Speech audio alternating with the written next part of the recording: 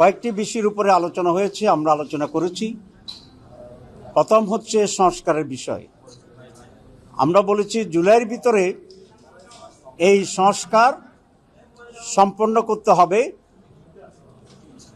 অনেক বিষয়ে ঐক্যমত্য হয়েছে, কিছু বিষয়ে সামান্য দ্বিমত আছে বিভিন্ন দলের মাঝে।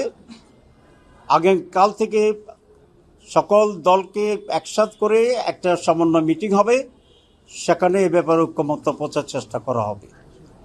আর যে সমস্ত বিষয়ে মৌলিক কিন্তু ঐক্যমত্য হচ্ছে না, সেগুলোর ব্যাপারেও আমরা বারবার আলোচনা এসে কাছাকাছি জায়গায় আমরা পৌঁছতে পারবো ইনশাল্লাহ। একেবারে ঐক্যমত্য হচ্ছে না এসব বিষয়ে কি করা যাবে সে বিষয়ে আমরা একটা আলোচনা করব। এবং জুলাইয়ের ভিতরে রিফর্মস শেষ হবে, তারপরে একটা জুলাই সনদ হবে যেখানে আমরা সমস্ত